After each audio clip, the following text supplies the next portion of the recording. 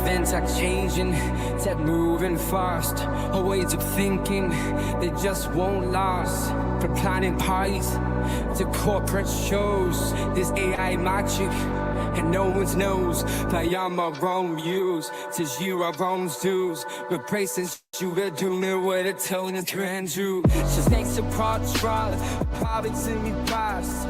Always in the thinking, they just won't last. From planning parties to corporate shows.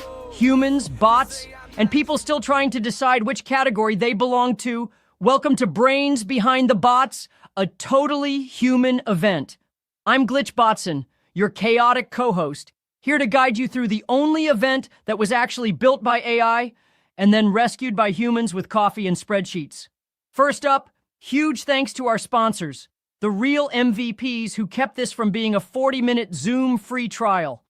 Give, making charitable giving and social impact campaigns actually easy. Gotcha Finder, not even launched yet but already here to support. Bold move, respect. TK Events, the creative Canadian crew powering this virtual platform and proving events don't have to be boring. Snapsight, AI that turns your event data into instant insights because somebody has to make sense of all this. Noonify, the event tech platform with tools for registration, apps, networking, and gamification. Basically, they make events actually work. Nowadays, the agency blending AI, strategy, and design into event experiences that look suspiciously like the future. Now, here's what makes today different. You're not just watching another AI hype panel. We actually used AI to plan this event from scratch, and then handed the chaos to 7 brave human teams. You'll hear from marketing, production, partnerships, metrics and surveys, attendee experience, content, and the post-event Book of How crew. Each one will share what worked, what failed, and what they'll never let a bot touch again. There'll be interactive workshops, live demos, and Q&A, plus a fireside chat with our sponsors. And we've got a special guest, Henry Coutinho Mason. Henry is a futurist, speaker, and author of The Future Normal, which launched at SXSW and Trend-Driven Innovation, the book that shaped how brands worldwide anticipate customer expectations. He's delivered 200-plus keynotes across 30 countries and has a reputation for making every session both actionable and entertaining. Basically, if you're wondering where the future of work, tech, and life is headed, Henry's the one with the compass. And now, to officially kick this off, please welcome our fearless leader, the founder of Club Ichi and the human brain who dreamed up this entire experiment, Liz. Come onto the stage, Liz. Well, hello, fellow humans, and welcome to Brains Behind the Bots, a totally human event. I am your host for the day, Liz Lathan, co-founder of Club Ichi. And if you haven't heard of Club Ichi, maybe you came to us through an ad that you saw because we played with ads this time, thanks to some AI fun. We're a professional network that feels more like a social club. We believe that it's way more exciting to come for the fun and accidentally learn something than come to learn something and accidentally have fun.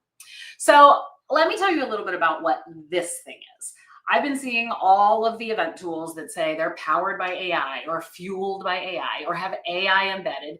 And then I've heard all these people saying that your job won't be replaced by AI. It'll be replaced by people using AI. And honestly, up until this point, the only AI I had used was ChatGPT. So I thought, what AI tools should we be using for events? And I found that I learned better from other people. So I asked a bunch of Club Ichi folks if they wanted to come play with me. So for the last 6 or 7 weeks, and by the way, at this point, my children would be going 6, 7, but I'm old and I'm not allowed to say that. So please don't tell my children that I just did that on air. Anyway, an incredible group of humans have taken the reins of 7 core work streams. So what we did were identify the work streams, identify the tasks within each work stream that could potentially be helped by AI, and then identify the AI tools that could potentially address those tasks, and then identify the AI tools we wanted to use for this event. So content led by Sarah Beth Rabb and Arthur Karakash, production led by Anka Tree-Fan and Michelle Kyre. Shout out to Anka and Tree-Fan Events for being the official production partner for this experience. Marketing by Dara Berg and a team of amazing professionals behind her. Attendee experience, Natasha Alexander blew our mind.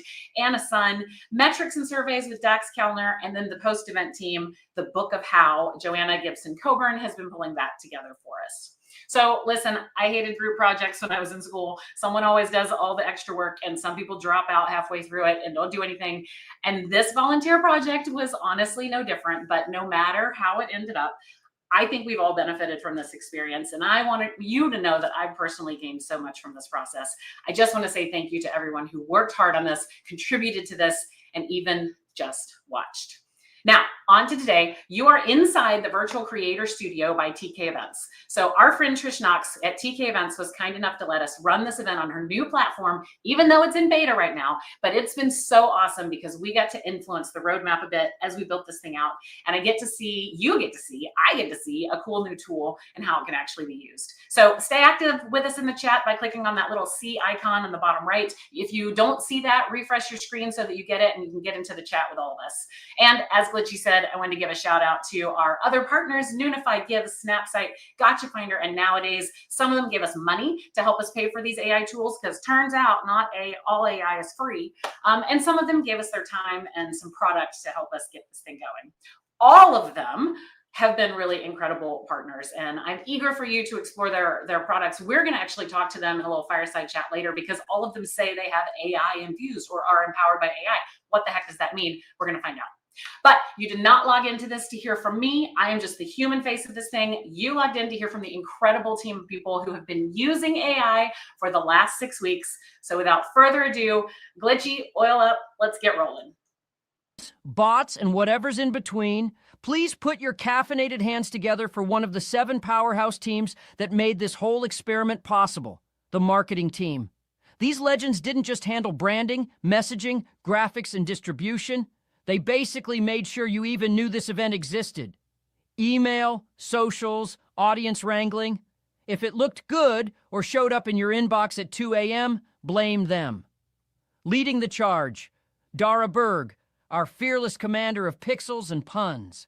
Followed by the dream team, Allison Gillespie, Summer Martinez, Megan Martin, Heidi Hiller, and Vivian Naiga. The squad who turned my glitchy nonsense into something actually worth attending. Seriously, without them, this event would just be me yelling into the void, and nobody wants a 90-minute solo glitch rant. Trust me, I've tested it. So spark some applause, smash those emoji reactions, and welcome the marketing masterminds to the stage. Hi, everyone. So excited to be here. My name is Dara, as Glitch said. Hi, I'm Heidi Hiller.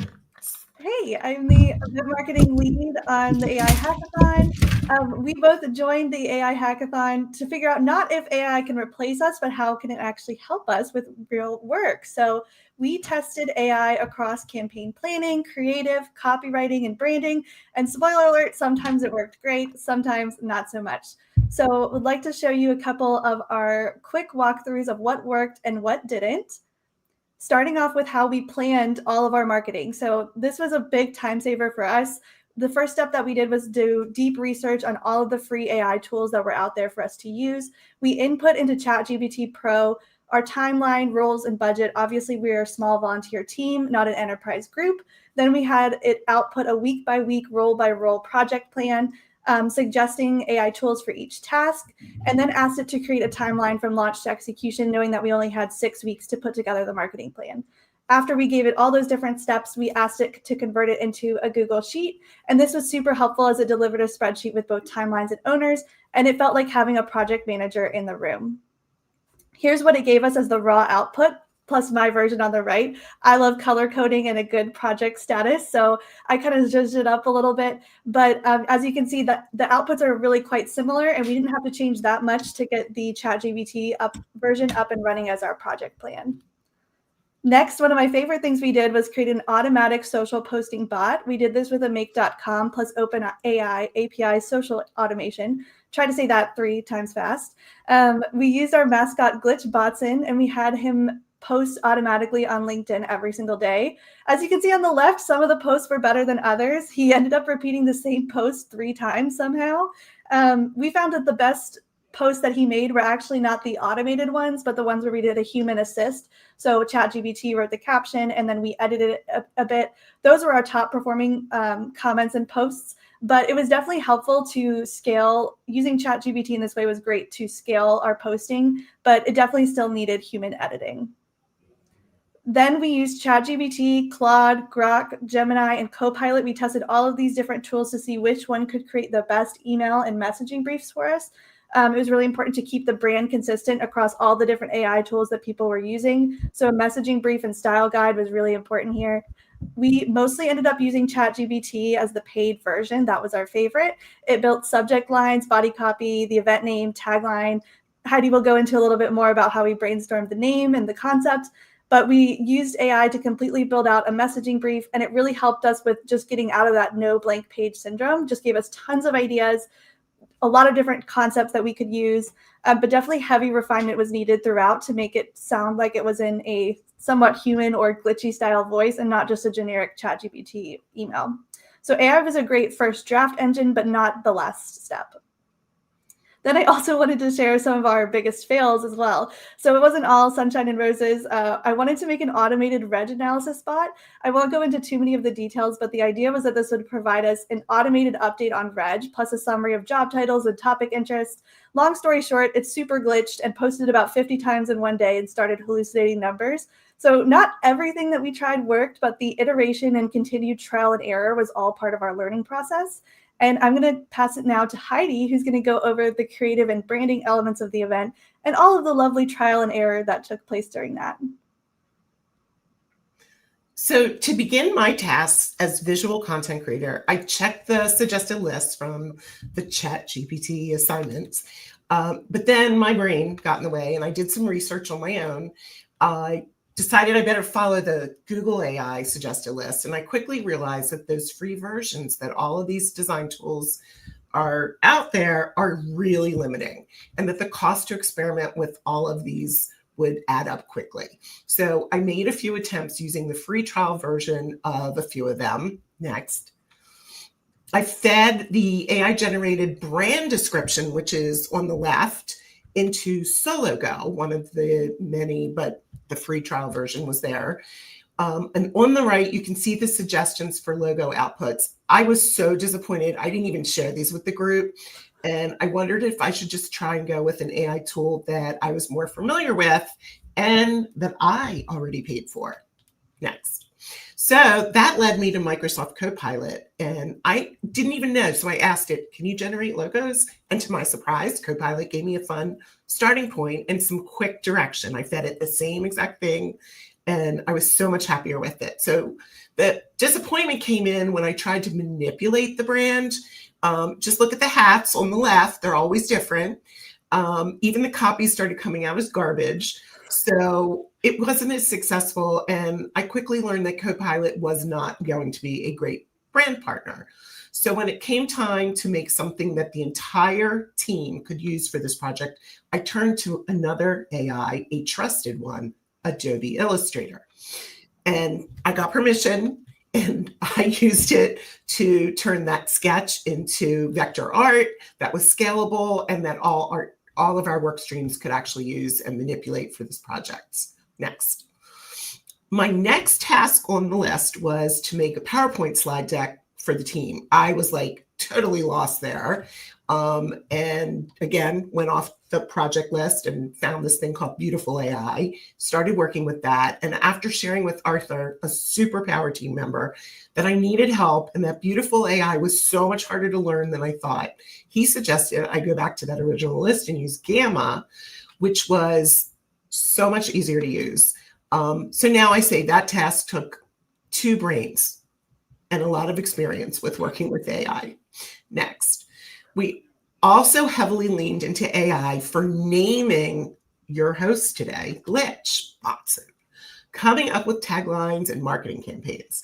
Using Copilot again, it gave us dozens of name options in seconds, which was so awesome for a brainstorming tool.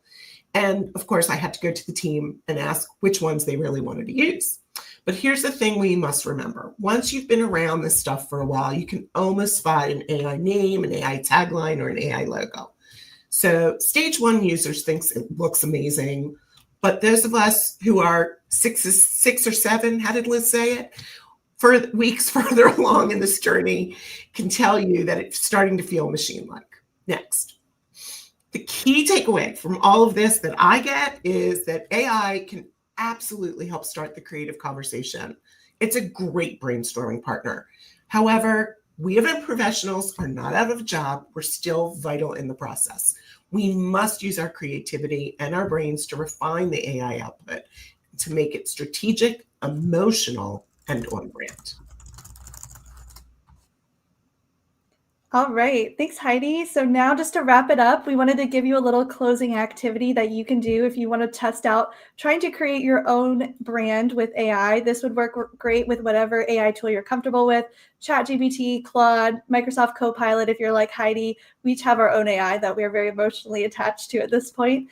But this is a great way for you to get started on that brainstorming process, not to replace your brain, but to help you come up with new ideas. So we'll send this out in a post-event email, and we'll also drop it in the chat so that you're able to play around with designing a full creative concept for an event. And now we're passing it over to the content team. Time to meet another one of our 7 superstar squads. The folks who made sure this wasn't just a marketing mirage or a calendar invite with vibes. Say hello to the production team. These geniuses figured out the streaming solution, the tech stack, the how do we actually do this for real part of the puzzle. Basically, they kept us from becoming a tragic case study in buffering wheels. Co-leading this powerhouse, Michelle Kerr and Anka Triffin, our captains of cables and chaos. Joining them, the behind-the-scenes magicians, Pete Wilhelm and Jennifer Pitt. Without this crew, you'd be staring at a blank Zoom screen while I tried to freestyle the whole event. And while I would thrive, you probably wouldn't. So crank up those emoji claps and welcome the production pros who kept this circus running on actual electricity. Hi there, my name is Anka Tree-Fan and I was leading the production team. And I want to start by giving a big shout out to my amazing team because none of this would have come together without them. We had Peter and Michelle working hard on the VCS platform customization. Michelle built it from scratch and Peter was on the back end, hard coding all of the changes that Michelle was asking for, which was no small lift. And then Michelle also handled the Snapside integration. Jennifer trained an integrated chat base so the bot could respond with context to the user's inquiry. And then Pete kept our round of shows and agendas updated and sharp. And then Liz jumped in and she followed my instructions step by step to create the Slack app, which I then controlled through Cloud Code, GitHub, and Heroku. And what makes me the proudest is that everyone on this team pulled their weight. They learned brand new skills and embraced the challenge. And this is the best team I could wish for. On my side, I was working on producing this live stream, building all the links, creating the graphics. And then most of my time really was spent on the AI production assistant itself, because when I first imagined this bot, my goal was quite a bit ambitious, I won't lie. I wanted a production copilot that could eventually run a full Q2Q of the entire show, triggering cues, overlays, and reminders automatically. Now, that was the dream, and I'll admit, I ran out of time to vibe code that piece. But what I did build was still a powerful working assistant. Instead of just being a cool demo, it turned into a Slack-based project management system. You can type in with natural language, and it would break that into structured tasks with due dates and priorities tied to our hackathon timeline. It then ran a gap analysis, flagged risk, tracked the critical path, and sent proactive reminders. And then it synced into a real-time dashboard where we could see task completion percentages, overdue items, and a live countdown to event date.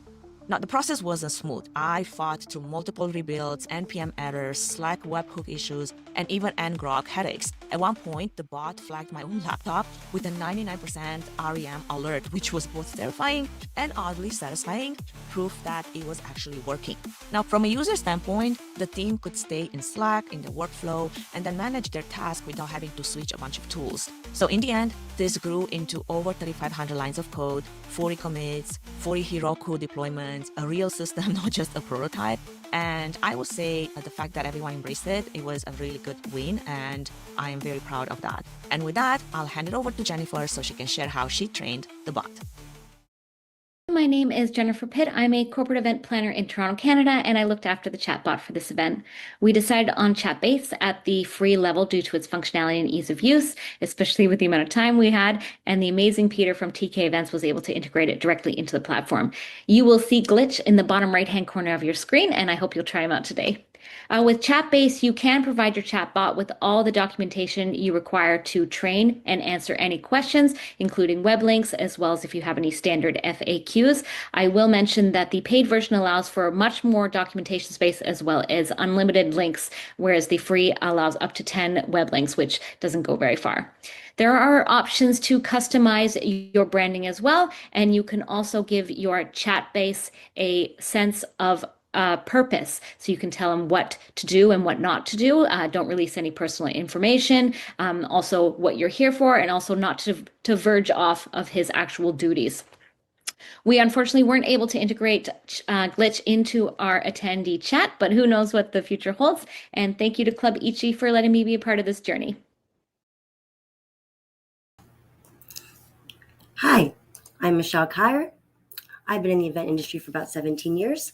I decided to apply for the AI Hackathon because I really wanted to get my hands dirty within all the AI tools that are out there.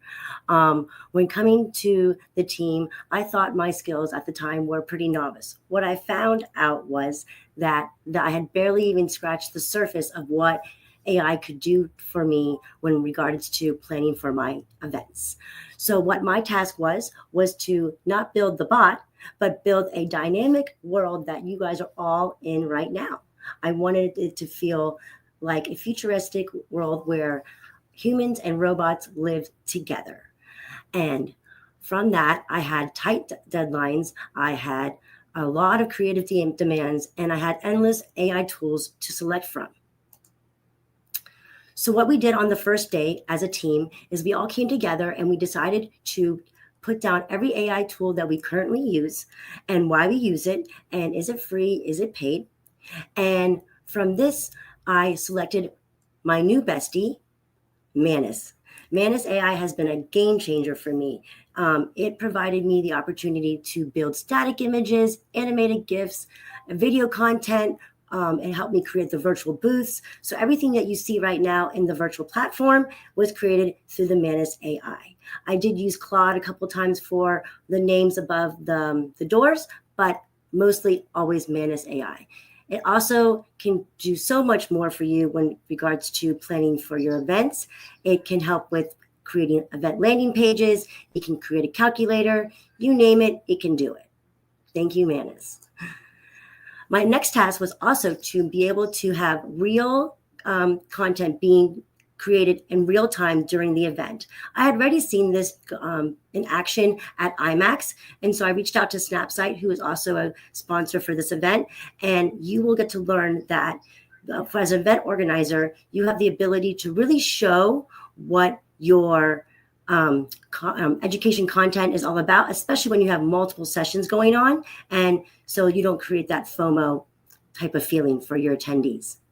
I did try doing some vibe coding. It didn't really work out for me. I really wanted the names above the doors to be glitchy, but again, it didn't work. Maybe next time.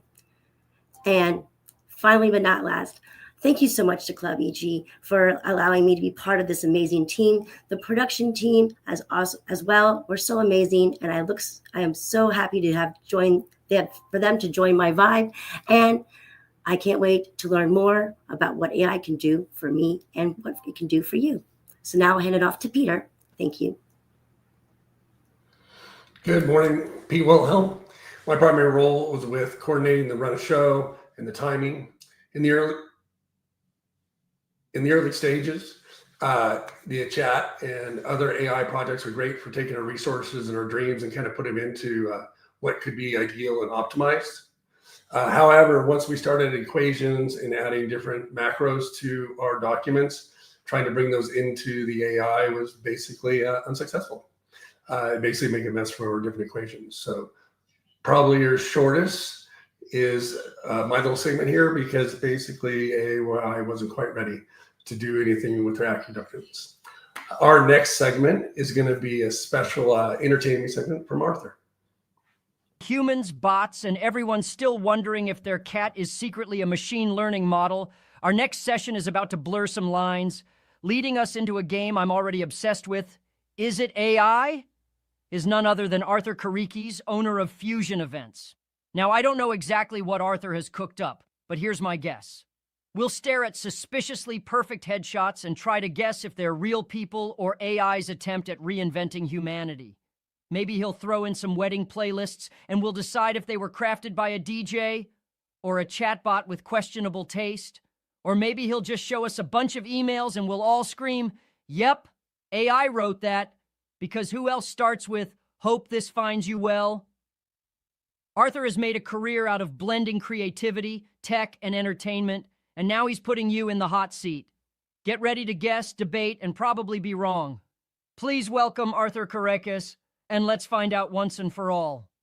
Is it AI?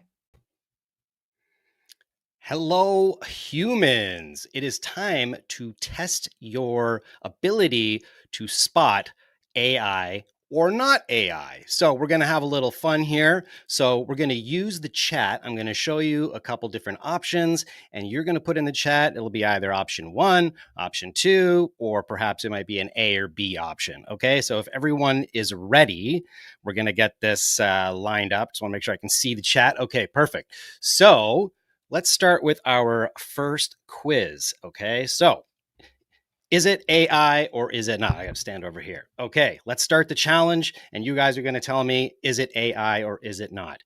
Is this video of a woman dancing real or AI generated? Okay, I'm going to make it nice and big here for you. Is that AI generated? Say AI or real in the comments. AI or real? Let me know what you think. You think it's AI? Let's check. Okay, I'm getting a couple AIs. I'll wait because there's a little couple second delay here. All right, seems like everybody thinks this is AI, so I'm going to say AI. Incorrect. It was human.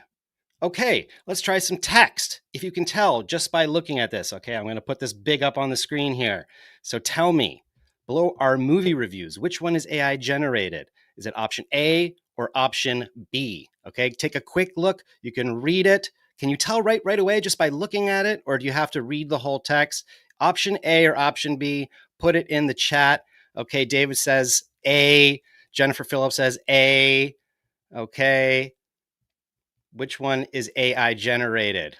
Okay, we got a bunch of A's. I'm going to go with A. Let's see if you're right. Option A, correct. Good job. Text is maybe a little bit easier to spot than photos. Now, what about this image? Is this image of a forest real or AI? So just say real or AI in the comments, okay? Real or AI, what do you guys think? Is that a real image or is it AI generated? Let's say AI, that tree has extra fingers. It has a lot of fingers. Okay, everyone's going to go with, I see a lot of AI, a couple of reels. Ooh, this one's maybe split. Okay, well, I'm going to go with, this is tough. Okay, I have to make a decision. I'm going with AI. Oh, it's human. Okay, this is a human generated image. Let's move on to our next one. Okay, is this video? Is this AI or is this human generated? I'm going to put it up big here for you to see. Is it AI? Okay, I'm going to play it one more time. Let's go full screen. Let's replay that. Is it AI or is it? Someone says the shadows are wrong. Okay. What do you think? Is it AI or real? Put it in the chat right now. Sandra says the shadows are wrong. Okay. I'm gonna say this is AI. And it is AI. Oh, Marsha. See, it is really hard to tell. Okay, let's do a text one, and then we're going to move on to something else real quick. Option A or option B, which is AI generated? Okay, both human and AI were asked to write about meditation. Okay, take a quick look. Oh, I can already see some telltale signs of which one is AI generated. What do you guys think? I see David says B. I'm going to probably have to agree with him. Clear telltale sign is the M dash. Yes, you see a lot of M dashes here. So we're going to go with option B, and that is correct. Okay, let's try a different one. Let's try something else here. I'm going to move on to, let's see, I'm going to move on to this one here. Okay, let's see this. We have 2 images. You're going to say top or bottom. Okay, top or bottom. Which one is AI generated? Okay, I'm going to wait a second in the chat. Top or bottom? Which one is AI generated? The top frog or the bottom frog? People are like, I don't know. Okay, top. Jordan says top is AI. What else? Everyone's saying top is AI. Okay, let's go. Top. No. Oh, yes, it is. Sorry. They put the correct one in the red. Okay, so yes, the top one is AI generated. You can tell because of the less detailed spots. Okay, how about this historic image? Top or bottom? Which one is AI generated? Top or bottom? Sorry, Jordan, you broke your streak. Or you didn't break your streak, I should say. Okay, top or bottom, what is it going to be? Heidi's saying bottom. Bottom is AI generated. Heidi, you think that? Okay. I don't know. That ship looks a little too old for that style of photography. I'm going to say top.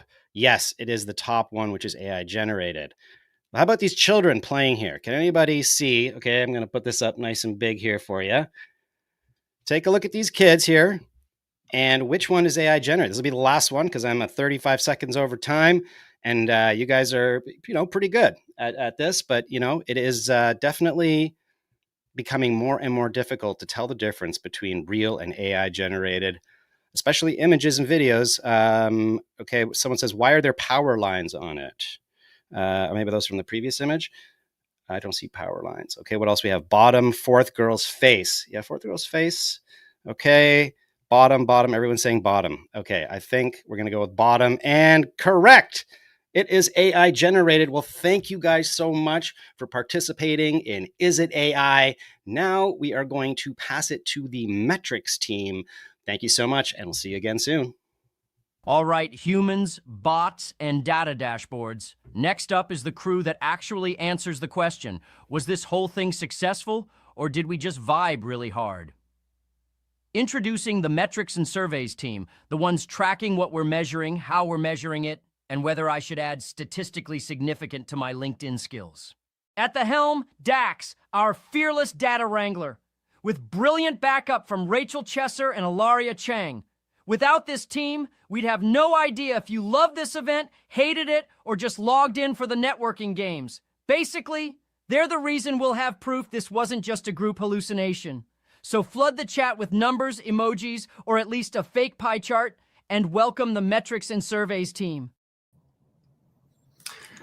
Wow, Glitch, very, very excited there. All of a sudden you went from cool and calm to super excited. But I'm excited, partly because I love measurement. I'm Dax Kallner, and I have been working in our industry for over 25 years. And I do a lot of measurement work, and I was happy to lead the team focus on metrics and surveys for this event. I'm going to walk you through in very short period what we did, so that you can actually see some real world tools in action using AI. Now, I write surveys all the time, but we made a commitment to work with AI tools. And so here you see a conversation that we had with Claude. And Claude and we were chatting about 2 different surveys that we wanted to complete at the conclusion of this event. One for the team that you've been hearing from today that is presenting. So this is a survey I put in this prompt, a project that many people collaborated on, asking about how well the team worked, what they got out of it. And then Claude, which is my go-to tool in AI, suggested all kinds of options for questions, which I thought were very helpful, actually.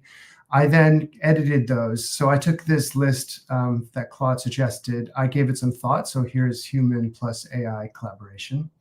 Gave it some thought based on my experience, and I resubmitted to Claude, here are the questions that I think we should ask. So I pasted back in from a Google Doc that I was working in, the questions that I thought we should ask the team.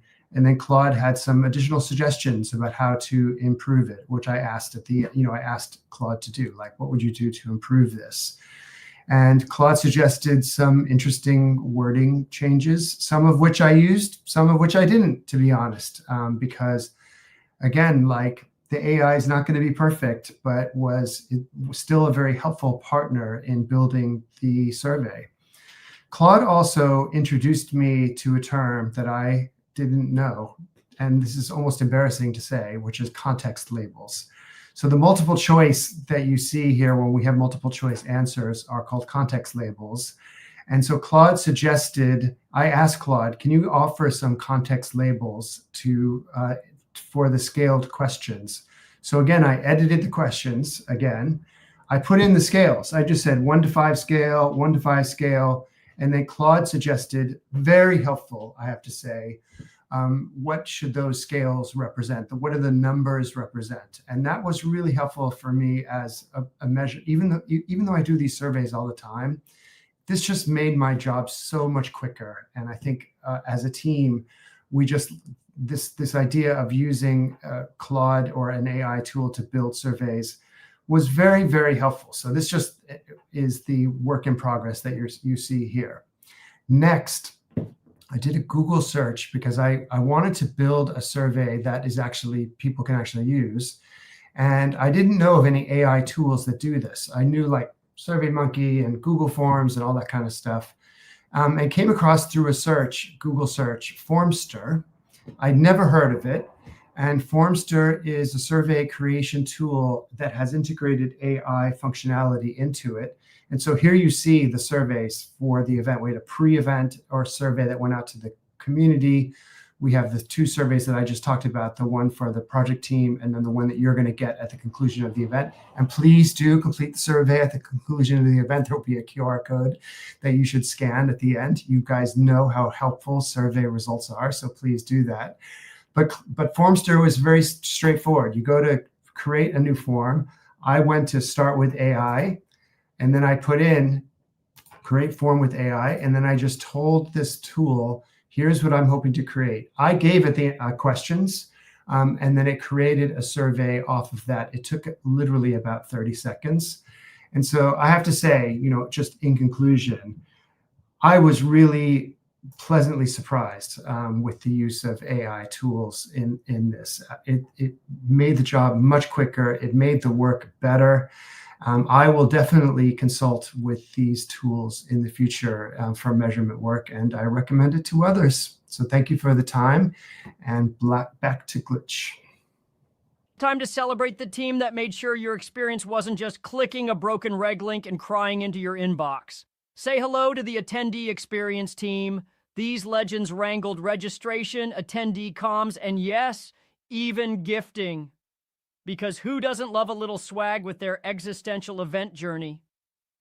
Leading the charge, Natasha Alexander and Anna Sun are co-pilots of Attendee Joy. And backing them up with brilliance, Tara Schlumka, Christy Ferreira, and Nicole Taffy. Without this crew, you'd have no idea where to log in, what was happening, or whether you were even invited. Basically, they kept this from being a surprise party where nobody showed up. So drop some emojis, wave at your webcam like a confused uncle at Thanksgiving, and welcome the Attendee Experience team. Hi everyone, I'm Natasha. I co-led the Attendee Experience team for this event. Anna Sun, my partner on this team, couldn't be here today, but together our focus was on designing a journey that felt smooth, engaging, and fun, and building every part of it using AI. So my process always starts with context. Because of the AI, if the AI doesn't understand the full picture, the outputs match what we need. So I gathered the brand guides, logos, messaging, and content from every team and loaded them into a project file in ChatGPT. That way the AI had everything it needed to work with, and I had one place to go back and forth with prompts. And that setup gave me the foundation. The AI had the context, and I could focus on shaping prompts instead of starting from scratch every time. And with that setup, I was ready to actually start building. All right. So the registration site was the centerpiece of what I worked on. And Replit was my vibe coding platform of choice. It's something I've used before and found success with. And though there are plenty of other platforms out there if you want to experiment with other versions, But I started by working with ChatGPT to generate a site structure. And based on the documents in the project file from that structure, I then used ChatGPT to extract a prompt that would generate a registration site with the right brand colors, fonts, and theme. And I refined that prompt by going back and forth between ChatGPT and Claude until it was solid. And then I dropped it into Replit. And that's where vibe coding really came in. The term comes from the idea of vibing with the code rather than writing it from scratch. So instead of typing raw code, I could guide the agent in plain language, things like make this logo smaller, add more spacing, or change this color. The agent handles the coding and I just steered the design. The other piece that's important is the backend, basically where the registration data gets stored. For this specific event, we used Luma, but it doesn't have to be Luma. You could connect it to Google Sheets, your CRM, or even a custom database if you want. Vibe coding makes that part flexible because you can prompt it to connect to whatever tool or automation or integration you're already using. And so I also created the hero section video in Leonardo and used Recraft for editing graphics. So the site didn't just function, it felt alive and on brand. And then deployment was instant with the Club Ichi subdomain, which made it quick, very low cost, and really easy to update. So for me, vibe coding showed how far you can really push AI. It handled the code, but it was still human direction and creativity that made the site usable. So once the site was up, the next big focus was keeping attendees engaged. And so comms were important because we didn't just want people to register, we wanted them engaged and curious before the event even started. The concepts came from us as a team, things like a 7-day AI prompt challenge, interactive prompt guides, and engagement ideas. And once we had those concepts, AI did the heavy lifting. I prompted Manus and ChatGPT to generate the emails, challenge prompts, and countdowns. And the event archetype quiz was another team brainstorm. After we conceptualized it together as a team, Anna built the whole thing in Claude Code. And then I tied it back into our comms so attendees were actively engaging before the event. And what stood out to me was how naturally the split happened. Humans came up with the creative ideas, and AI turned those ideas into deliverables quickly. And beyond comms, we thought about what people could actually take away from this. Gifting can feel tricky in a virtual event because you want it to be meaningful, not just filler. And so what you will receive, in the next coming days is we curated a master prompt library for event planners, created prompts for each event archetype. AI helped us draft and format everything very quickly, but the human side was the strategy, figuring out what would actually be valuable for this audience. And it showed me how AI can scale the execution, but it's still on us to decide what's worth creating. So if I had to sum it up, context, draft, refine, build, ship, the magic wasn't in heavy editing, it was in prompting smarter and letting AI do the busy work, so the humans could stay focused on creativity and strategy. So this experience showed us 3 big lessons. First, AI accelerates, but humans keep it authentic. Second, the more specific the language, the cleaner the outputs. And third, collaboration made every idea stronger. The archetype quiz is a great example of a team idea that AI helped us bring to life. So at the end of the day, AI gave us speed and structure, but it was the human touches and collaboration that made it feel alive. Thank you for joining, and it's been amazing to share this with you. And now I'm passing it over to the content team. Before we go any further, yes, my voice sounds different. That's the joy of working with AI. One day you're sparkling in HeyGen, the next day they discontinue your voice, and you wake up sounding like, well, this. Thanks, robots. Now, time to meet the crew responsible for speakers, videos, conversations, games, and yes, the official video of me, Glitch. Oscar-worthy, obviously. Say hello to the content team. At the helm, Arthur Carriques and Sarah Beth Robb, the duo who worked with every team to help shape what this event would actually look and feel like. They were everywhere and nowhere all at once, popping into docs, wrangling recordings, sneaking into Slack threads, and haunting meeting recordings like event phantoms. Without them, you'd still have an event. It would just be a very stylish landing page with nothing happening on screen. So welcome the content team, the behind-the-scenes shapeshifters who kept this show rolling.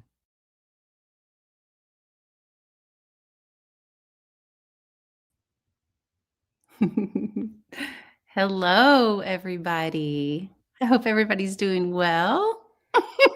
Hello and welcome to the Brains Behind the Bots content team mini podcast. We are going to try to break this weird meta event down, how we approached it from the content side. I'm not going to lie, I was a bit confused at the beginning. I was into the idea, but I'm like, what is the content about? So Sarah, maybe you can help to explain how we sort of came up with the content strategy. What were the challenges we faced, and what were some of the tools that you used on your side? So that's what's so interesting about this event, right? When we all kind of got together, and you guys need to know there are just a few faces on these screens, but there are a significant amount of people back behind the stage that have been doing a lot of different things. So in the beginning, we all kind of got together and we are like, okay, how are we doing this? What even is this? What is the definition of an AI hackathon? And our job, Arthur and I, was to figure out what are we putting on the stages and how are we doing that? So ultimately, after we had lots of conversations, we decided the story is the event planners and the what that looks like. So I tried doing various different interactive components to have this conversation, and it requires us to have conversations. And no AI seemed to replace that piece when we came up with the strategy behind it. And that's ultimately what we decided on the content side was we need to all get together and have this conversation.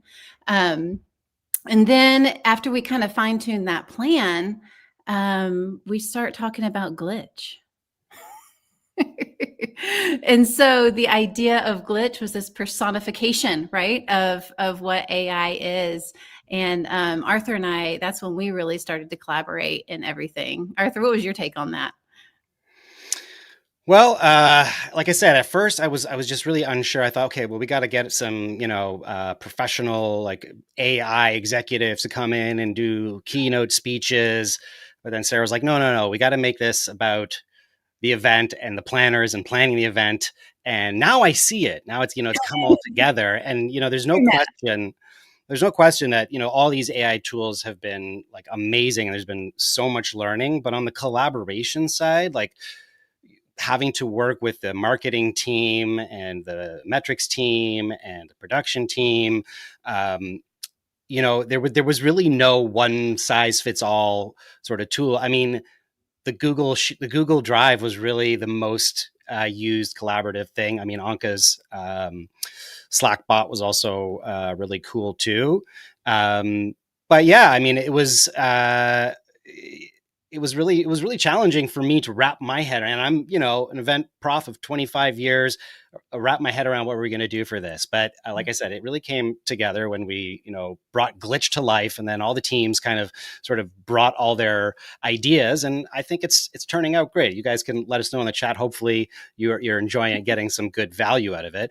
Now, maybe we can talk a little bit about the actual tools, because people want to know, how did we bring Glitch to life? Mm-hmm. So you saw earlier Heidi had created the initial logo, and so I took that logo, and I think the original sort of video creation we made was, I think, using VO3, which is the Google Gemini 2.5 model.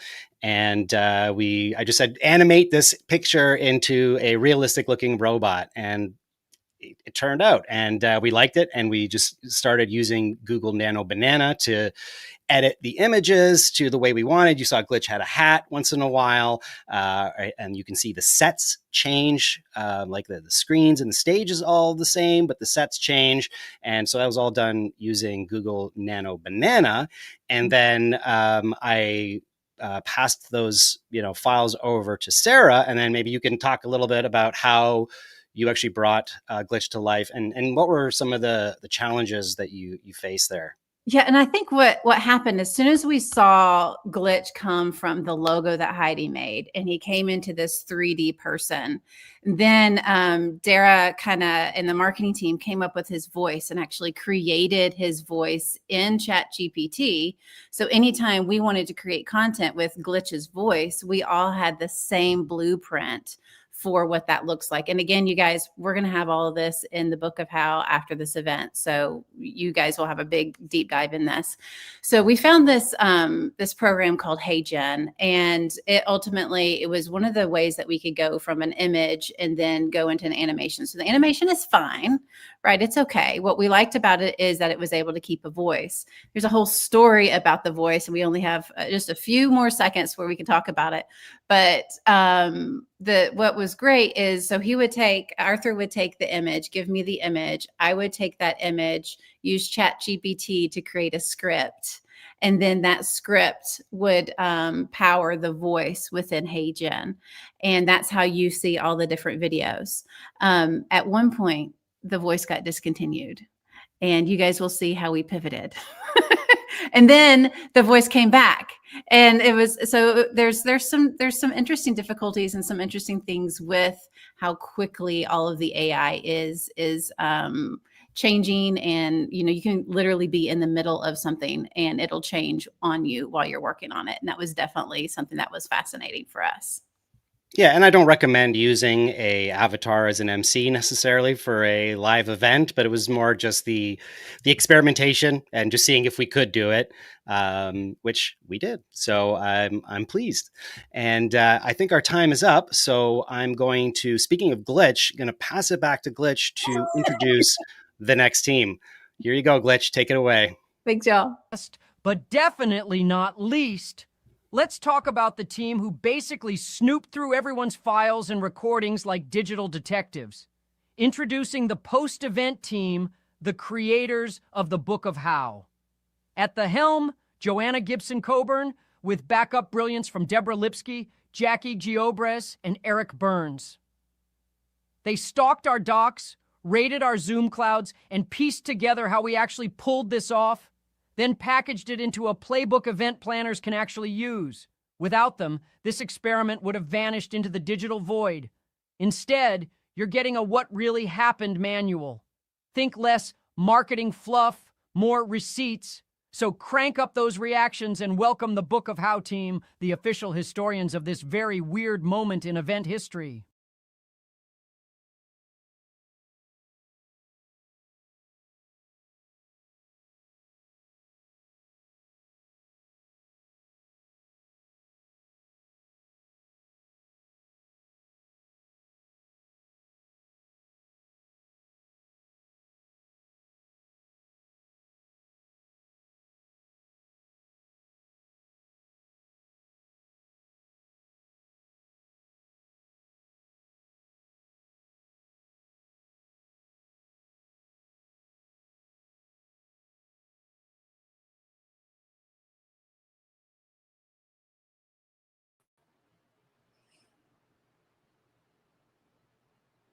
It's a good thing we named our mascot Glitchy, because sometimes when you're doing these things, we have glitches, and that's what we're doing right now. So we are working behind the scenes with our team to get some of the right things to show you what's happening with the Book of How. So we know that everything that you've seen has gone really, really, really fast. So what's happened over the last 7 weeks was this process of figuring out what the work stream should be to run an event, who the leaders of those work streams would be, what tasks could be automated or leverage AI in some way, and which AI tools could possibly do that for us. From there, we narrowed it down to which tools we were actually going to use for this program. And what you're seeing today is us going behind the scenes of what tools we ended up using and how we use them. But each team is only getting about 5 minutes to show you exactly what they did. We're not getting super into the exactly how they did it. So what we have is kind of the after party of how this is going to live on so that you can actually use what you're learning today. And the Book of How is pulling this stuff together. So when Joanna is able to come join us, she'll talk a little bit about it. Hey, Joanna, welcome. Hi, everybody. I'm sorry for the delay. So today, my name is Joanna Gibson-Coburn, and I'm so grateful for the opportunity to lead the post-event team, which is the Book of How. And when we started this process, we started with a team of 4 or 5, and it quickly moved to a team of 2 to 3. And we all had, we all had our day jobs. So it was an overwhelming task, and we weren't sure how to go about it necessarily in the beginning, especially because unlike many people on this team, we were the novices. We had 7 work streams and about an hour and a half a week to work on it over a 2-month period of time. So it was a lot to overtake. So we just decided, first we had to ask the question, how do we capture the work of 7 work streams and make sense of it all, and then make it useful for our participants, you, so that we can educate you guys on what tips and tricks you might use as a takeaway going forward. So our team was a little overwhelmed, to say the least, in the beginning. So we started with, right now we're looking at Notebook LM, but we didn't start with Notebook LM. We started with the AI we knew, and the AI that we knew at the time was ChatGPT and Copilot. And our first attempt, we just said, okay, what are we going to do? We're going to start with what we know and then upload recordings of sessions. So every one of our meetings were recorded. We had the AI notes from every meeting. And so I initially just uploaded those to Copilot. And also we did that in ChatGPT as well. And it was a total fail. It didn't work. It just choked. Those 2 AI applications did not like it. So when I checked in with the team, Anka said, why don't you try Notebook LM? So that's what we're looking at right now. In the beginning, we loaded here on the left. Over here on the left, you can add your sources. And you can either load Google Workspace, links. You can paste text that's copied to your clipboard. Here is where you enter your prompts and sort of give all the details here, and the output is over here on the right. So the challenge, or the thing that I really wanted to start with, was to make sure that my prompt was extremely detailed. So I spent a lot of time with that initial prompt, really outlining what we're trying to do. And boom, it worked. There were, in that first, over here on the right, in that first iteration and that was week 3, Notebook LM created a 4 to 5 minute video and a podcast and a mind map. And it was mind blowing. I could show you that a little bit here. The only problem with it is, let me tell you what was great with it. So the storytelling was great. It provided timelines. It provided quotes from each one of our team members.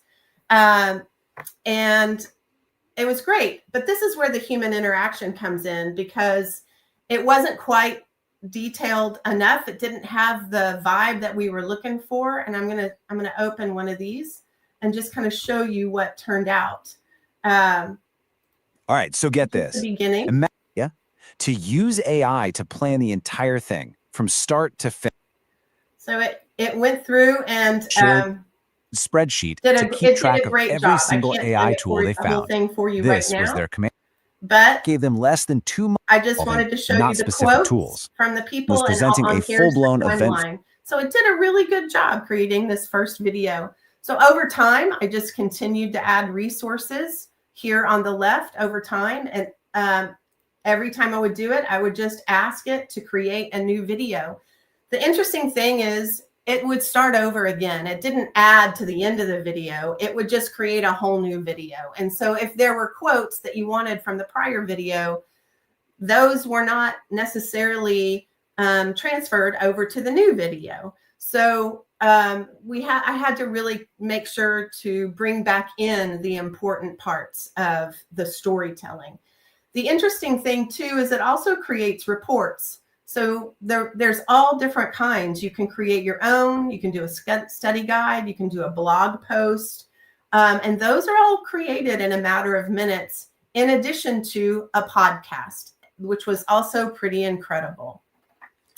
But the one thing I really wanted it to do was to integrate our bot, our glitch, our branding, our look and feel. And I couldn't figure out how to do that. And we just didn't have the time or the knowledge to go research AI tools, the different ones. So my team again recommended Pictory AI. And I did import this video I downloaded the video and imported it into Pictory. And that effort was a total fail because the audio was way off. So we decided as a team to leave it as is for now, because our team is really the post-event team, the Book of How. And when I say the Book of How, it's our job to make sure that we, again, provide a guide on how to. So after we meet today, that's the big stuff that you guys will want to come back later around October 8th. We would love for you to come back and access our resource center. So all of these videos and audios and mind maps, they are available today in the resource center. And you can go there and look at those. But we are going to spend the next 2 weeks to update our Book of How and really flesh it out to make sure that it gives you use cases, not only use cases, but prompt examples and some how-to instructions about how our 7 teams collectively went about creating this event. My biggest takeaway for all of this is that even though AI does a great job, we as humans are what pushes AI. The output is fantastic, but we always want more. And that's, I believe, what we will continue to do is we will push AI to give us more, because what we see is great, but we're always going to want just a little bit more. So please join us or come back in a couple of weeks around October 8th or on October 8th to get that completed Book of How. Thank you. To bring to the stage someone who spends less time guessing about the future and more time mapping it out, Henry Coutinho Mason. Henry is a futurist and strategist whose work has shaped how some of the world's biggest brands anticipate what's next. His latest book, The Future Normal: How We Will Live, Work and Thrive in the Next Decade, co-authored with Rohit Bhargava, launched at SXSW in 2023. His earlier book, Trend-Driven Innovation, laid the foundation for TrendWatching's research, used by more than 100,000 professionals worldwide.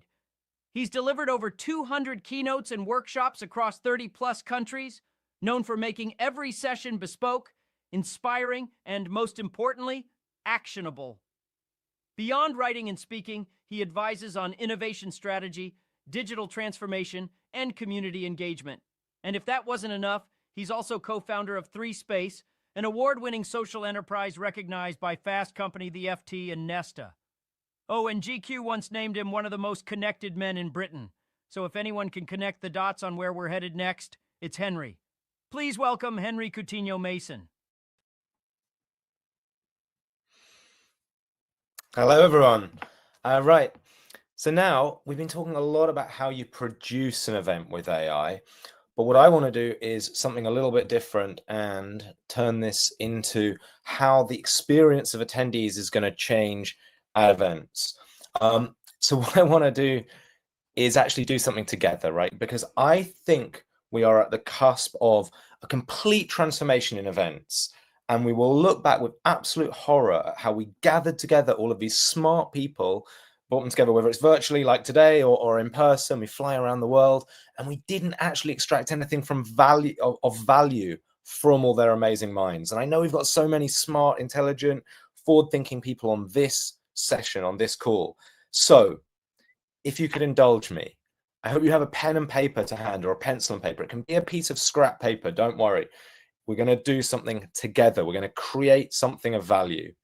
And as you can see from my slides, I'm going to ask you to draw. Now, I can't see your eyes here, but if I could, I would know that half of you are absolutely terrified right now because you think you can't draw.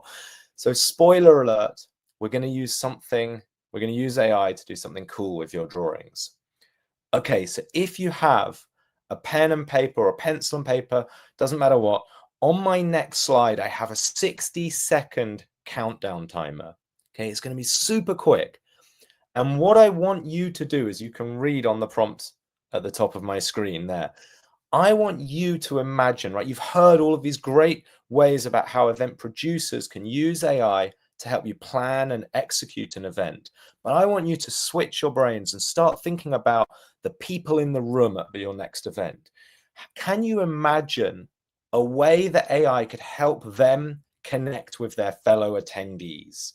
Okay, so my idea here is about, if you could write a sketch, you could write a plan, it would automatically scan the other attendees at the event and help connect you to the people who would help you execute that idea. And it can help you create partnerships while you're at the event based on the ideas that are sparked while you're sitting there in the audience listening to people on stage.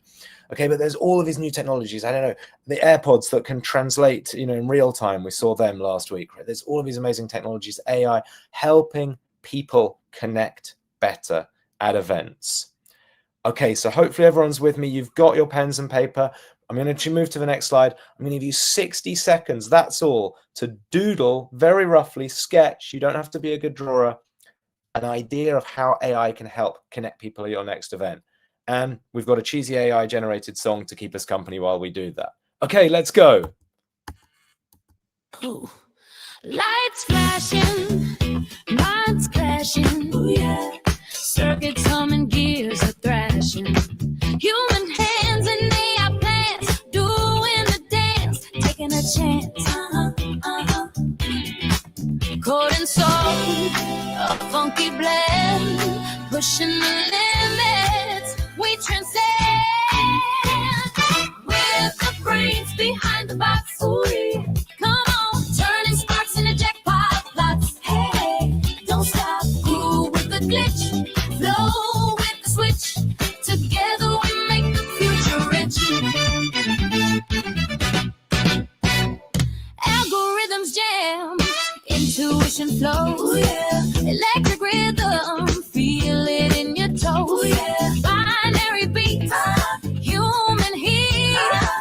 Collaboration never felt so sweet that it hums. But with a drum, creativity's where.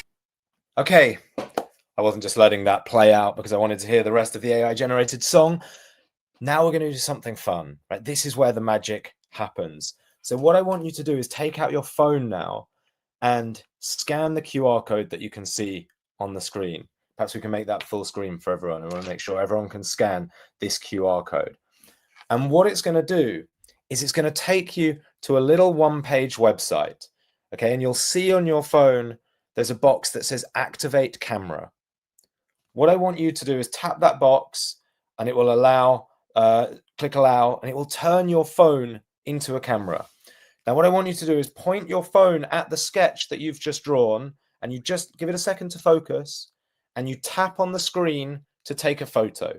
So take a photo of your sketch. And then if you scroll down, you'll see there's a box. If you're not a very good drawer like me and you want to add a few words to explain your idea, don't worry, you don't have to be a prompt engineer, but just add a few words explaining what your concept is, your idea is. Okay, and then keep on scrolling down and you'll see at the bottom of the page there is a button that says generate. Okay, so you scan the QR code, activate the camera, take a picture of your sketch, add a few words, and then click generate. Okay, just going to leave that up for a second. And then the magic is going to start happening.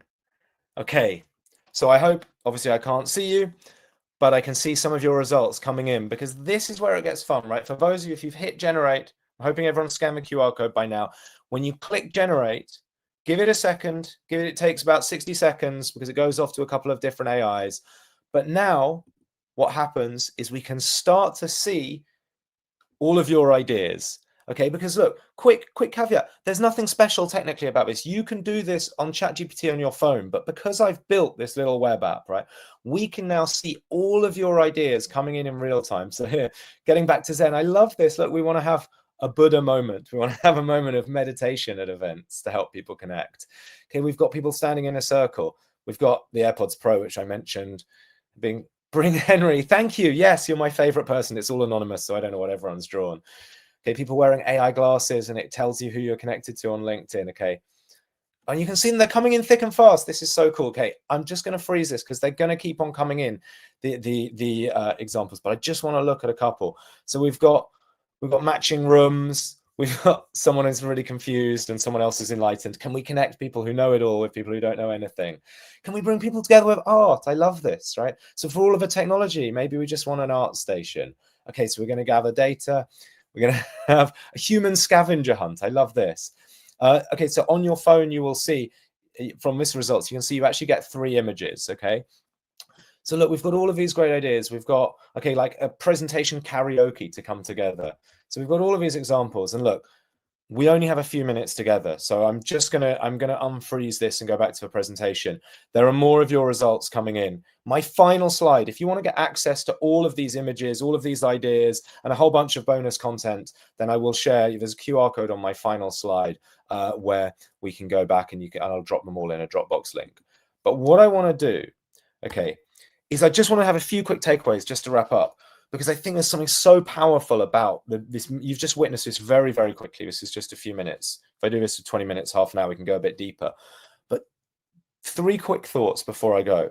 Right, number 1, so much of the media narrative is around automation. We're going to be put out of a job, right? And we've been discussing that this isn't the case already at this event. But when it comes to sharing ideas, okay, you will see that those images that you've shared, they're obviously not great. You're not going to put them in front of your customers. But if you're thinking about internally with an organization, empowering people to share their ideas, people who feel embarrassed about sharing a sketch, right, this very rough sketch, you're not going to share that with your colleagues, perhaps, but you might share this AI generated image, right? It makes it so much easier to share because the idea is not 100% yours. You can say that wasn't quite what I meant, right? So I think what this really is about empowering people to share their ideas. The other thing is about AI and creativity. We hear so much about AI and automation. Some of you will have noticed that under your image results, you have a couple of buttons, right? This was just this fun idea that I had. We hear so much about AI agents automating everything for us. And I thought, what if we use them in a slightly more creative way? What if we had 2 AI agents, one of whom thinks it's the worst idea in the world, the other one thinks it's the best idea in the world, and they're arguing. So what you will see in your results is entirely AI-generated image from your sketch of this WhatsApp conversation, right? But there's a more serious business use for this. We've also prepared, again, if it worked for you, you will have an AI-generated business plan of how might you prototype, how might you test your idea, who would be interested in it, which customer groups, right? And again, it's pretty high level. If you're a senior strategist, if you're a leader, an entrepreneur, you probably can, know a lot of this stuff. But if you work in finance or if you work in law, you don't know how to launch innovation. So this can be a really useful tool to break the blank page. And because the real value of what we've just done in a tiny moment, right, is I think give people the confidence to share their ideas, which will bring new voices into the conversation, new, more diverse voices, which, as we know, is really important when it comes to innovation. And the final thing, as I said, you've just heard about Google Notebook, right? If I have a slightly longer on stage, I actually do this live. We can create a podcast from all of your images, right? We can, create a mind map of what the collective room. So if you ask 300 people within an organization, I don't know, from Unilever, from Nestle, which product should we sell next year? You can get 300 ideas back in, as you've seen, 5-10 minutes, and then you can start to mine all of that data for what are our team talking about, right? So look, it's been super quick. Thank you so much, Liz and Club Ichi, for having me. But I hope what you've experienced in a brief moment is the power of AI to bring people together in the moment at an event and surface value from the attendees and not just you guys putting on an event. So if you, as I said, if you want to get access to all of these images, the podcast, the mind map, and I'll share some other bonus content with you, please do scan that QR code and I'll drop it into the Dropbox afterwards. Liz, thank you so much for having me. Henry, thank you so much for being here. The moment that you were like, I want to get involved, and we brought you into the planning meeting and the team was like, okay, yes, we absolutely had to do this, because it's not just about having the AI tools that can help you be productive and things. It is truly AI helping people connect, helping people, like you said, get a place where they maybe weren't comfortable doing it before. I am a terrible artist. This was mine that you told me to do. I don't think I could have done any better had I actually spent time on it. But when I put it into AI, it creates this thing. And I think we're seeing a lot of agencies start to use AI for concepting now. And we're seeing, people who aren't writers, but they can now post on LinkedIn because they're using AI to help them. So again, helping them connect with more people. It's just an incredible opportunity. So thank you again for being with us, Henry. And for those of you that are watching, Henry's information and all of the resources that he mentioned will be included in our Club Ichi Resource Center. So look at ichi.circle.co. All those resources will be available to you. And of course, Henry is also a main stage presenter, and you probably want him at your event if you run events and want to talk about AI. So that is something else for you. Now we're going to bring up the Q&A portion of this conversation. So we're going to bring up a few of our team leaders to answer your questions. As I mentioned before, this was definitely a drinking from a fire hose moment for you to see how we did this, but it was also that for us to figure out how the heck we could do this. So let's find out from our team leads what their biggest challenges were. Are we bringing them on stage? We've shown you the chaos, the workflows, the wins, and the fails. But what good is a human-bot experiment without letting you poke at it a little? It's time for our Q&A session. Please welcome back to the stage our fearless leaders from all 7 teams. The folks behind marketing, production, partnerships, metrics and surveys, attendee experience, content, and the post-event book of how. These are the brains behind the bots. The people who argued with prompts, wrangled platforms, and survived more AI side quests than they probably signed up for. So go ahead, ask them anything. About the tools they used, the surprises they found, what they'd never try again, or how they managed to keep their sanity. No question is too big, too small, or too weird. Well, unless it's weird. Let's get into it. Q&A time with the humans who made this whole experiment possible. Look at this team. Oh my goodness. Y'all are amazing and you're incredible leaders. And the people that you had working with you too, they were, to what Sarah Beth said earlier, it's not just the folks on screen. There were dozens more people that were helping pull this thing together. Which one of you had the hardest job? Raise your hand. I love it. Which one of you had the easiest job? Dax. Fantastic.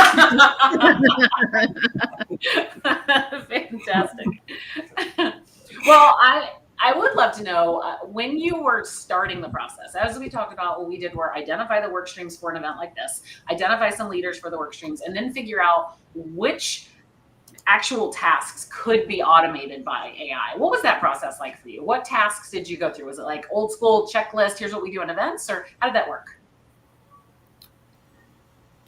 Who wants to start? Michelle, I want to start with you. Well, let's see. I definitely went back to my, my go-to, like planning my checklist and what I do automatically. But then I also went back to like the resource that we created on the first day with, putting together all the different AI tools. And that was really helpful for me to really, dial in on which one I was going to select from. And I also so let's talk about those tools. I looked at that spreadsheet and there were 61 tools on that list. And that was just scratching the surface. So was it it was everybody get in there and start just listing tools? Was that step one? That was step one. Yes. And then I wanted to actually try a new one because, I always like to try new things. And so that's when I discovered the Manus AI. But there were other ones that I'm hoping to actually, when I have a free moment, to go back and actually really see, what they can do for me in my event process.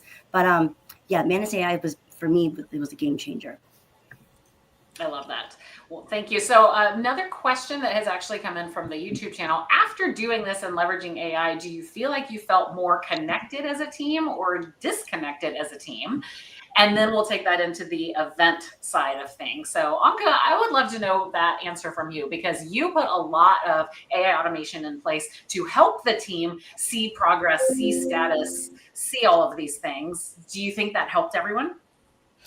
I mean, I can't speak for all the teams, but I can definitely speak for our team. And I can say that 100% we did feel connected. And I think beyond AI, really what keeps that connection going is being able to collaborate, right? Being able to see face, get on Zoom, have those conversations, agree and disagree on course of action. And all of that has happened. And that's the way things should happen, where you are able to connect with your team and talk about what the scope of work is, and then each go to in your own direction after the plan has been set, and work on the things that you are championing. And I think that's what happened with us, and we did a pretty darn good job. We stayed connected the whole time. I think we're the only team that started with the number that we are right now and stayed the whole time. Nobody dropped, nobody got, so busy that they couldn't handle it, or they just didn't finish the task. And I'm really proud of our team for doing that. Yeah, I'm proud of everybody that got involved in this, because even if you did have something come up and you had to drop and do other things, being a part of it, being willing to get in here and play with AI, I think was, that's a really good personality step, because it's coming for us. And I used to say that no, AI will not replace us, but I am fairly confident after this that there's a future where it will replace a lot of things. Not yet, because I don't think anything any of you did in this program worked perfectly first time out of the gate. Did anybody have anything that worked perfectly? No, not at all. I love it. And Natasha, I know you vibe coded that main site, the brains behind the bots, clubichi.ai. How many hours did it take for you to go back and forth with AI to get that looking the way you wanted it? I mean, probably less than 2 hours in totality, maybe 3 if I'm being generous. But yeah, with pretty much collecting all the information, with chat and having all the files integrated in my project, the site structure essentially took me a few minutes. The prompt took me a minute, and then vibe coding it was just going in and tweaking it once I gave it the prompt. So the time takes the longest if your prompt is not, there, right? So if you spend a little bit of time making sure that prompt matches, what you're looking for, and then matching it with the correct language for, proper UI, UX and web design, and integrating that into your prompt, then the agent itself will just blow your mind when you see how quickly it will create this site within minutes, pretty much. And then, 2 to 3 hours max with refining and that piece is me going in and adding additional components. So, that's one thing that part of my thing was adding, using different websites that have components, which are different code snippets for different animations or features or things. So I got to play with that and, was able to add in a little bit of extra flair to certain parts with the, different AI tools. But yeah, about 2 to 3 hours max. That's awesome. So how many of you used a tool that you had to pay for? Can I see, raise your hand so I can see? Okay, so of those that you paid for, what do you think you absolutely need to pay for to make it work? Dara, what did you use on the marketing front? I extensively used ChatGPT Pro. I think if I was using the basic version, I would have well exceeded my limits. We did a ton of prompting in that. And then we did end up, in order to be able to use any of the more complex backend integrations, we had to use OpenAI's API key in the backend to connect ChatGPT with automation platforms like Make.com. So both of those require a paid account. But I will say, I left this out of my slides, but our whole automation that we did with Glitch, I think it cost 25 cents, which was crazy. It was so cheap. You do have to pay for it, but I loaded $5 in the backend, and then it only ended up costing 25 cents in the end. Wow, that's cool. Well, Arthur, I think you have a different perspective. You paid more money on Glitch. What happened? Well, I already subscribed to a bunch of AI video and image generation platforms. A lot of the heavy lifting was done with Google's Nano Banana, which is currently free to a certain extent, but there's plenty of free credits available for tons of image generation. Then you can do up to, I think, 10 video generations with VO. So yeah, I mean, then we use Kling AI, which is a really, really cool generative image generation, and also image to video generation. So some of the animated portions of Glitch, walking on stage or dancing around, was done using Kling.ai. And I'm a big believer that you have to pay for these tools. The free versions are very limited. Someone asked in the YouTube, like the top 3 AIs to pay for. I think ChatGPT, it's $20 for the pro account, and it has per month, and it has great memory. That's what I love about ChatGPT, is like it knows me the best. But then Claude, I love for vibe coding, especially like Claude Code, but even Claude Desktop. Claude Desktop is extremely powerful now because it has the MCP integrations. So unlike an API that Natasha was mentioning about, so an API is where you can pull information from a site. So let's say I want to bring in Facebook profiles onto my reg site.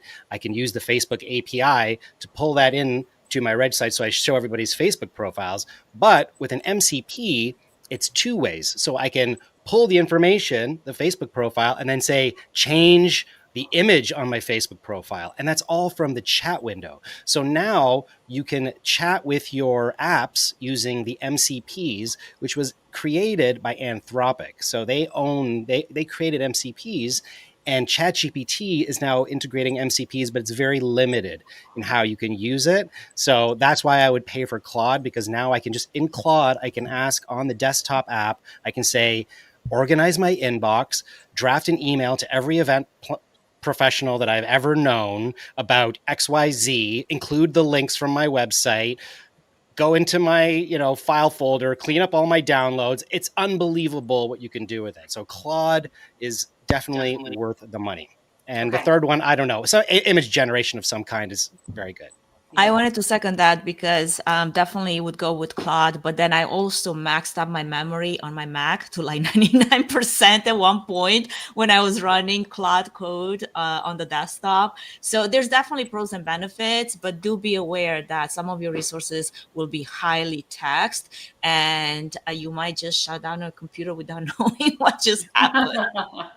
Well, I want to just thank all of you so much for leading work streams, participating in all of these things that we've been doing over the last 7 weeks. It has put together a really fun event for us to explore. We have a few more things for us to talk through, but all of our team leads and some of the folks that have been working on this are going to join us in the after party on Zoom after this. So stay tuned. If you have more time and want to hang around and ask real deep questions and figure out how this works, we will throw that link up in just a few moments. So thanks, team. It was so amazing to have you all here. And I think now we're going to bring up some of our partners.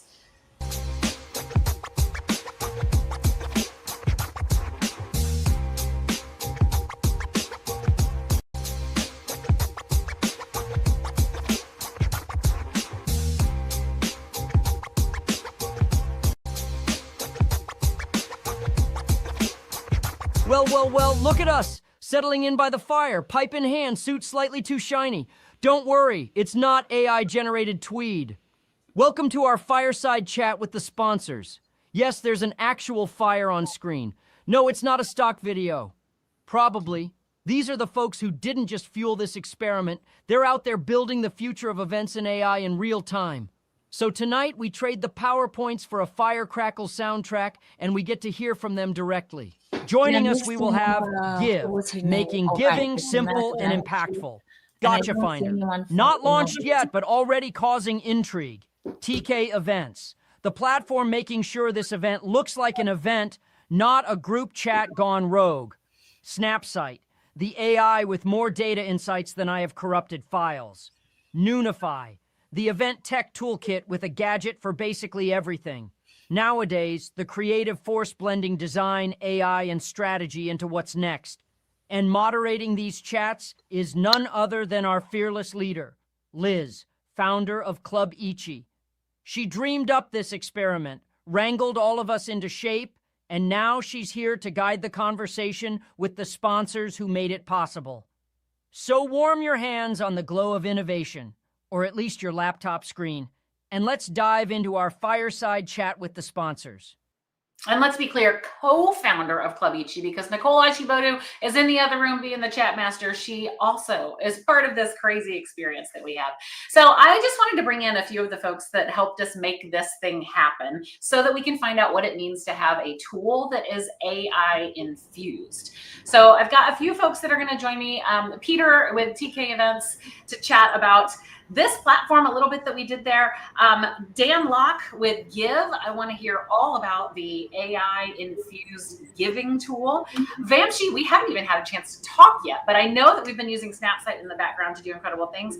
Matt, you have an entire event registration platform engagement tool, AI infused. What the heck does that mean? And Faith, Gotcha Finder hasn't even launched yet, but it is AI powered. So I just want to hear what it means to you to be AI infused. And Vamshi, I know that yours is like, it's not even AI infused, it is like AI powered, and it goes into AI and it pulls AI out. What does Snapsite do? Yeah, so with Snapsite, we are into real-time content. We are like the note taker for live events, and then we go much beyond than that.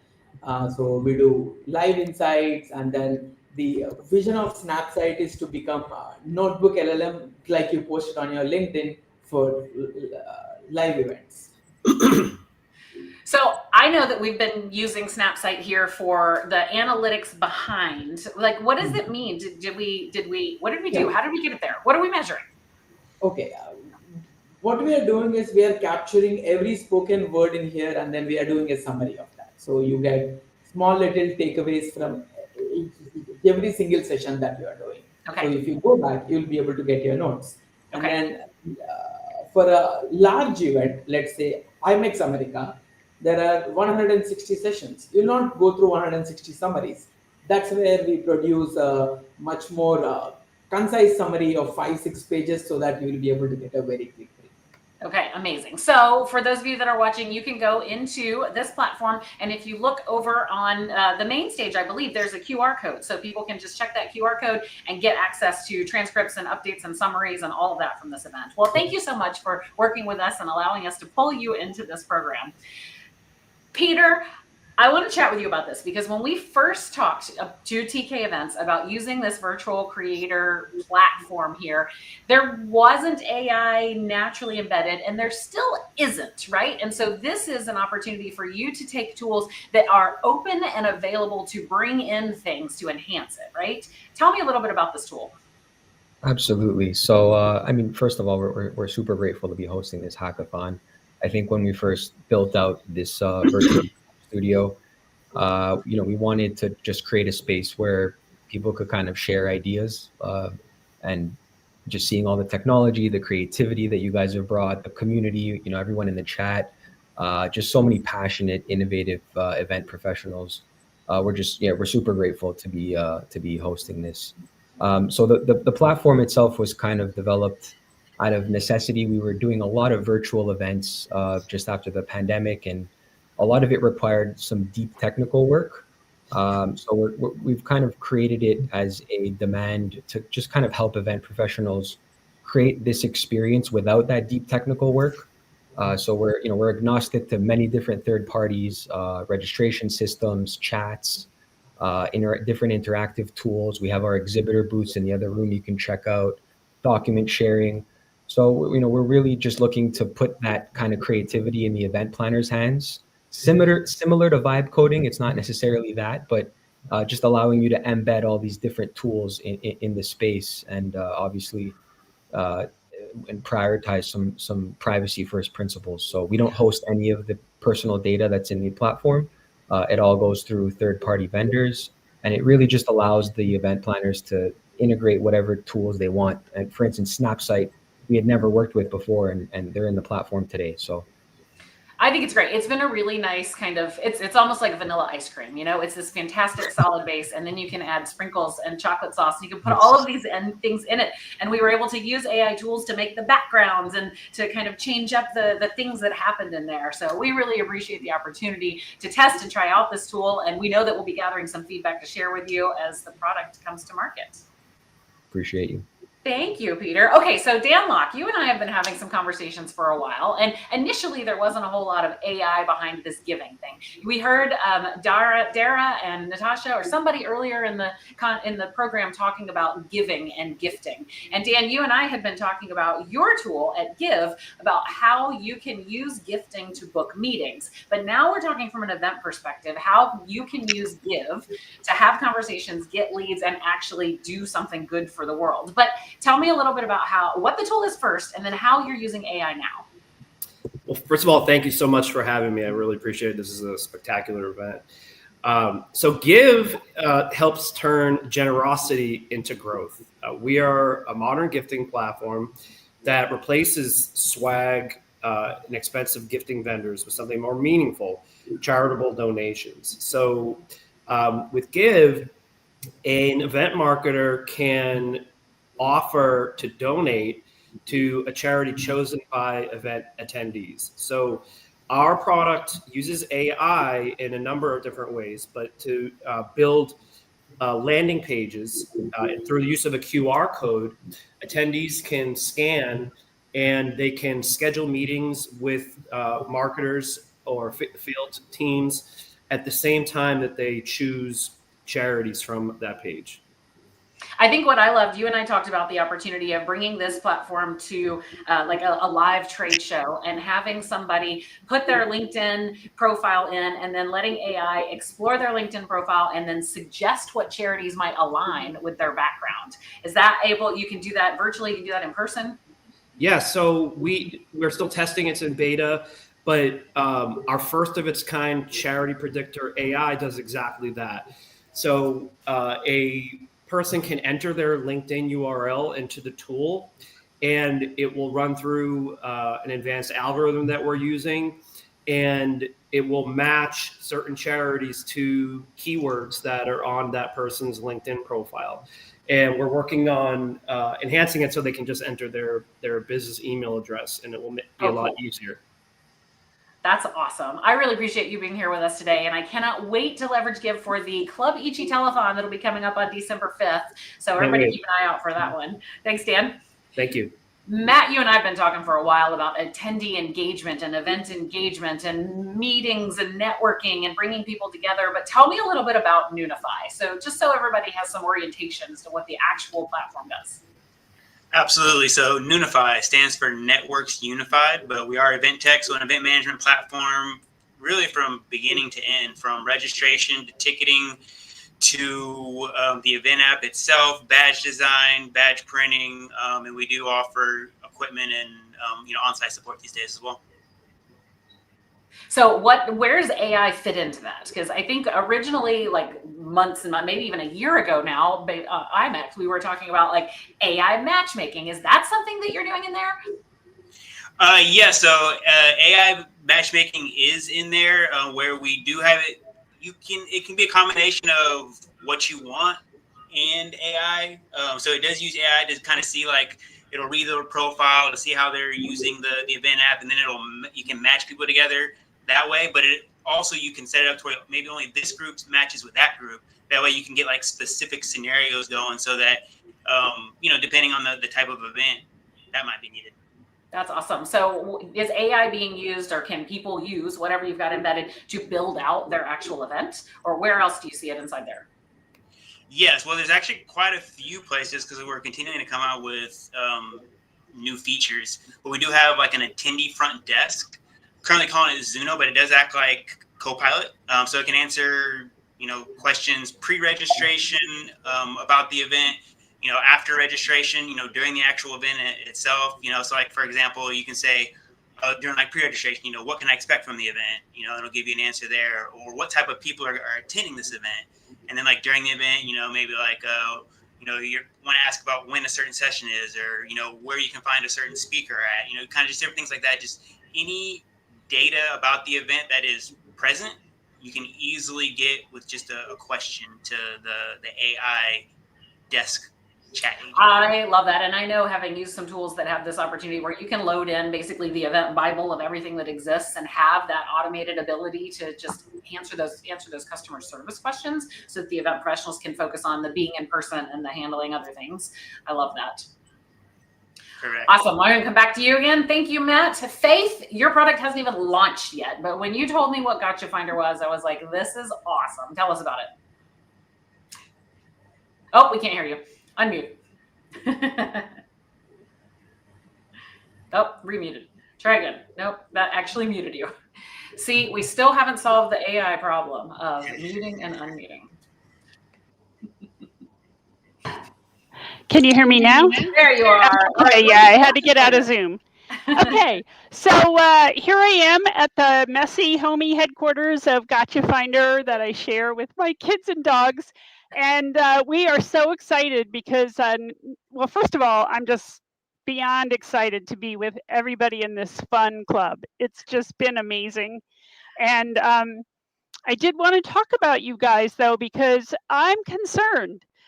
Lots of surveys show that event planner is either the 5th or even the 2nd most stressful job in the United States. And yeah, I'm sure everybody here is aware of that. And so my mission is to help you guys with that. And one of the things that I hear over and over again is high fees are a problem. And when you really get into a conversation about what high fees means, it can mean hidden fees that you get slapped with at the end of an event that you didn't expect. It can also mean contracts that are written in such a way that it would have been hard to understand them. And people, especially if it's like a medium-sized event, they might sign that contract without reading it carefully. And the hotels know this. And so we want to fight back. And one of the ways that we can fight back is by clever use of AI to find those hidden fees in the contract. And then the value add that Gotcha Finder has over just using ChatGPT for that is that I incorporated the wisdom of event planners, some of them here in this club, who knew what to look for in the contracts. And this is really key, what's not in the contract. Because I'll give you a real world example. My friend Deirdre Baker Watson, who's a wonderful event planner in Canada, she was planning an event in Miami for a year that had 2 towers, and there was no construction clause in the contract, which she didn't notice until she showed up, and the one tower was scheduled to be demolished on the day of her seminar in the other tower. And that it was only then that she noticed, oh my gosh, I didn't even notice no construction clause in the contract. So Gotcha Finder can spot what's not there that you might want to negotiate with your hotel owner before the sales rep before you sign the contract. I love this. This is so cool. Okay, so when Thank you. All of the technology that all 5 of you are working on and creating. So Faith, yours is obviously going to catch legal challenges, budget implications, things that are truly going to impact the bottom line of an event. I would love to hear from some of the others. Like, where do you think that your technology is enhancing the job of an event professional rather than just being another tool they have to go learn? Matt, I want to start with you. Unmute. Good call. Well, similar to Faith, we do strive to remove stress from event planning, organizers, event planners. And we actually are creating a product right now that is, called the back office. But it's going to be to kind of help automate, RFPs. It'll look at budget, task management, just everything that happens behind the scenes to help create an event. It's a place that attaches to the platform to where you can create it all. And then in conjunction with it, a couple clicks of the button, you can create your event as well. That's incredible. Awesome. Thank you, Matt. Vamshi, okay, how are people finding their jobs easier leveraging Snapsite? Yeah. So with Snapsite, one of the core beliefs that we have is that events are creating great content, but that content is getting wasted immediately once an event is done. And we are trying to make it very simple so that you'll be able to repurpose your content, but also get intelligence from it, so that you can use your existing content, whatever you have produced this year, and you'll be able to use it to plan for the next year. That usually gets lost in the process because it is very manual. Yeah. Awesome. Thank you. Dan, how are you making event professionals' lives easier?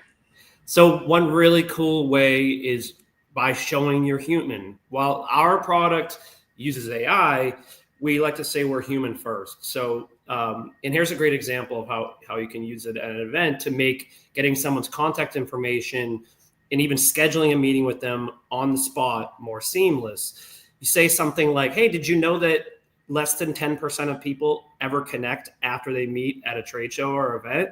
Well, as part of my commitment to meeting with you and creating more of a lasting impression, I would love to donate to a charity that you get to choose. Would you mind scanning my QR code? And when they do that, you can actually schedule from the same exact page and say, can we schedule a meeting for a couple weeks out? Oh, thank you for choosing American Cancer Society. I really appreciate that organization. I have a family member affected by it. And it's going to make you seem a lot more memorable. It's going to make getting someone's contact information a lot more human. That's really cool. Thank you. So Peter, you created this virtual creator studio to make people's lives easier. Is it working? Yeah, it's been a big help for us. First of all, we've got what we call a no-code venue builder, right? So event planners can just fully design their virtual spaces like the one you're seeing today.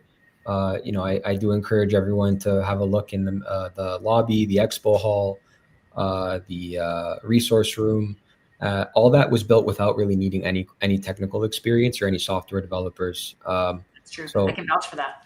Yeah. It was Michelle from Club Ichi who did a fantastic job just doing all that herself. And for those that are more tech savvy like her, we actually do have a feature where you can add your own custom code if you did want to make further changes.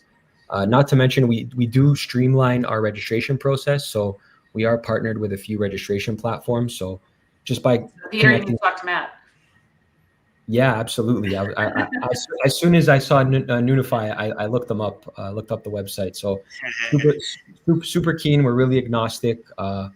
Just by kind of directly connecting with reg platforms, I think you don't really have to juggle all these multiple systems or manually import data. So that definitely makes the event planner's life easier. Yeah, that's super amazing. Okay, so we talked about how every single one of you are helping the event professionals' lives become easier, but let me just point out how you are also helping the participants who are coming to these events' lives easier, because Faith, in your great example, the attendees would not have to listen to a tower get demolished while they're in the middle of their general session. So that's amazing. Peter, you're putting together a great experience that people can come into. They can easily navigate into an expo hall, into resources, and find out exactly how to get to the main room. Dan, you are helping attendees feel like they are doing something better for the world by taking a meeting. Vamshi, you are helping attendees pay attention and be present because the notes are being taken for them. And then the data that exists there, people are going to be able to understand what is best for them in the future, because now the event professionals can figure out what they need out of it. And Matt, the participants that are registering and experiencing all of the interactivity inside Noonify makes their on-site or virtual program even better for all of them. Does that sound about right? Absolutely. I love it. Okay, so every single one of you has a little booth inside of our resource center on the Virtual Creator Studio. I'm going to be talking to each of you a whole lot more over the next month, and we're going to share all of your information with our participants here. Thank you so much for being here with us today and for supporting us in Club Ichi and this incredible team that put this together. So fun. Thank you all so much. Thank you. Thank you, guys. All right. Well, listen, friends, this was unbelievably 2 hours, a brief overview of what we've been doing over the last month and a half. Now the real work begins. How will you use AI to build out your next event? So we are building out the book of how in the Club Ichi community so that you'll be able to see the prompts that we've used, the tools that we've used, and everything in between. That book. We're going to debrief next Wednesday, which all of our planning meetings, including next Wednesday's debrief, have been live streamed to our YouTube channel. So you can watch that as well and contribute your feedback, everything that you have questions about, and we'll include those. On October 8th is when we will launch the final book of how. But in the meantime, you can go to ichi.circle.co to see what we have so far. So there were the videos that Joanna shared you from Notebook LM that show the story of this. There's some blog posts, there's some podcasts that were created, and we're starting to put in all of those resources. But now, if you have immediate questions and you want to meet the team that put this thing together, come celebrate with us. We are going to go to the after party. We are hopping into the Zoom link that we've been using every single week to have these conversations. We're going to drop that Zoom link over on YouTube, and we're going to drop it into the Virtual Creator Studio so that everybody can come hang out with us. We will wrap this stream up now, and we will see you over on the Zoom. Thank you so much for spending some time with us today. If we don't see you in the Zoom, we will definitely talk to you every 5 minutes on every other platform that exists. And yes, it's really us. It's not all automated, except where it is. Thanks again for being here with us today. We made it. When this event began, I was a young, sprightly bot full of corrupted code and caffeine. And now, after 1 million years of AI demos, workshop games, Q&A, and one actual fire, I am but a wrinkled algorithm. My hard drive creaks when I stand. But let me tell you, what a ride. You've heard from the 7 teams who pulled this thing off. You've poked at the bots, survived my jokes, and maybe even learned a thing or two you'll actually use in real life. And hey, not bad for 90 minutes that felt like several geological eras. Before I shuffle back into the digital ether, a massive thank you to our sponsors, Give, Gotcha Finder, TK Events, Snapsite, Noonify, and Nowadays, for keeping the lights on and the Wi-Fi humming. And of course to Liz and the whole Club Ichi crew, for dreaming this up, holding the emergency brake, and proving that the brains behind the bots are still very much human. Now go forth, you glorious meat and machine beings. Use AI wisely, or recklessly. Either way, just don't let it write your out-of-office emails. This is Ancient Glitch, signing off. Good night, goodbye, and may your prompts always return something usable.